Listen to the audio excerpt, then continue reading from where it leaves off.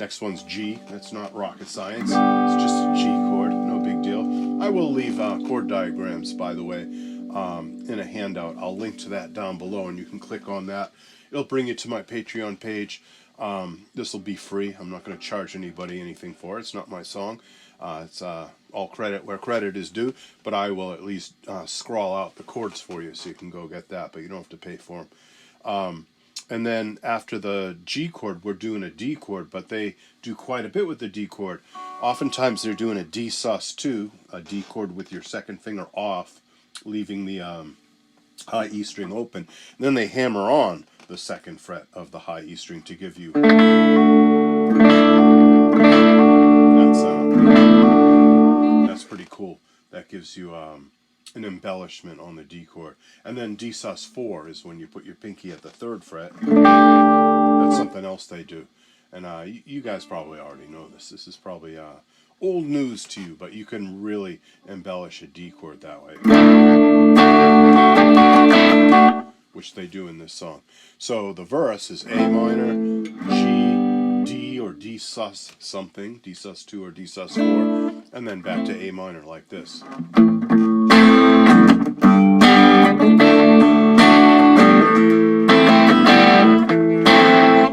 That gives you all the verses. It's a 3-chord verse. Real simple, easy chords. We'll talk about that strum in a minute. Let's get right to the chorus, though. The chorus consists of mostly an E minor 7 chord and an A chord. E minor 7 being kind of like an E minor, and you could substitute E minor in there. E minor 7, though, is 020030. Great Neil Young, Pink Floyd kind of chord. We've talked about this in other videos about evocative chords on the guitar. That's very evocative. It's a really cool chord. So they use E minor 7 in the Last Dance with Mary Jane chorus part. And then A. You can do A with 3 separate fingers, like your first, second, and third fingers. Or you can do like me and use 1 finger and just bar and call it good. One reason I like to bar is because it leaves 3 fingers free to do other stuff like this. Add more embellishments. So for those of you that are absolute beginners, you can leave off all the embellishments. You can just play the most basic A minor to G to D to A minor. Oh, and by the way, that's the same, I just realized that's the same chord progression as Tangerine by Led Zeppelin on Led Zeppelin 3. So there you have it. All more roots in classic rock. Tom Petty copping a lot of that classic rock vibe in his music. And now his music is considered classic rock. That's how much time has elapsed since 1993. But anyway, you've got that chorus again, E minor 7.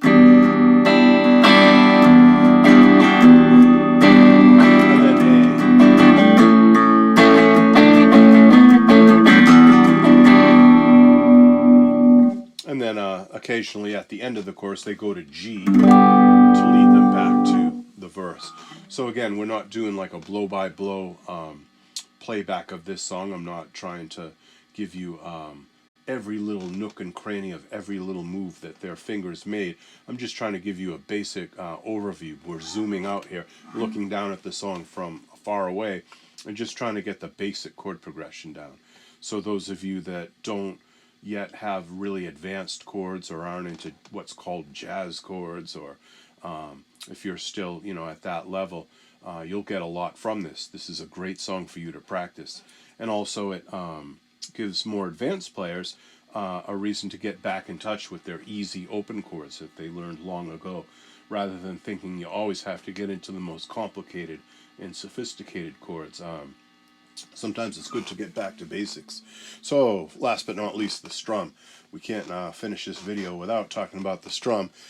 Basically, this is where you're hitting the low strings of a chord, the thicker strings. On an electric guitar, that would be the wound strings, bass notes. Then you hit the higher strings on the downbeat, on the 2 and the 4, the backbeat.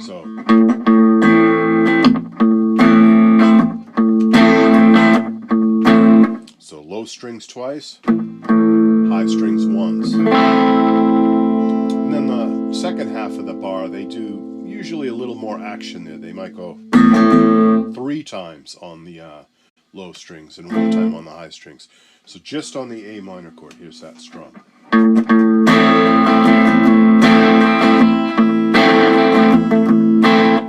I use my bridge pickup to clean things up a little bit so you can really hear it.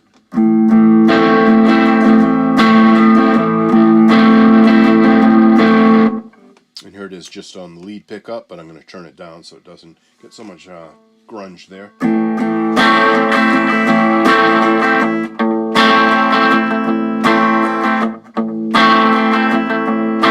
Notice a little bit of palm muting that's going on there.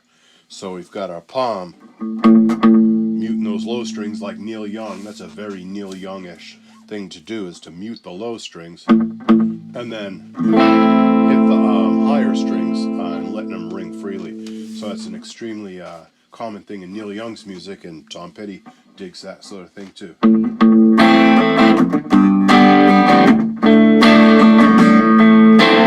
So between hammer-ons, embellishments to the chord, little licks that Mike Campbell's doing in between, and then that great strum, that Neil Young inspired strum.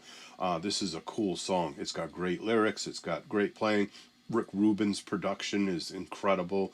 Really good raw rock sound without too many frills. Rick Rubin tended to record Tom Petty and the Heartbreakers with a really raw and stripped down kind of sound, using the room more and playing together more and less overdubs. And Rick Rubin's production is arguably the best with Tom Petty. I think he did a great job. One last note about Rick Rubin, there's a common thread here. He produced the Red Hot Chili Peppers too, and they have a song called Danny California, and you guys know where I'm going with this. Danny California used the exact same chords as Last Chance with Mary Jane. I don't know if there was any lawsuits involved or anything. I don't think Tom Petty went and sued them or anything like that, but go ahead. I'll leave a link down below to not just this song, but to Danny California. You can hear it for yourself. They have the exact same chords. It's almost eerie, and you have to wonder if who was influenced by who here. But I would have to think that if anyone was influenced, it was Red Hot Chili Peppers were influenced by Tom Petty. So you be the judge. I'll leave that link down below. All right, get to Lalians. Hope you enjoyed this very quick and brief and not too deep look at a great Tom Petty song. Take care. Bye-bye.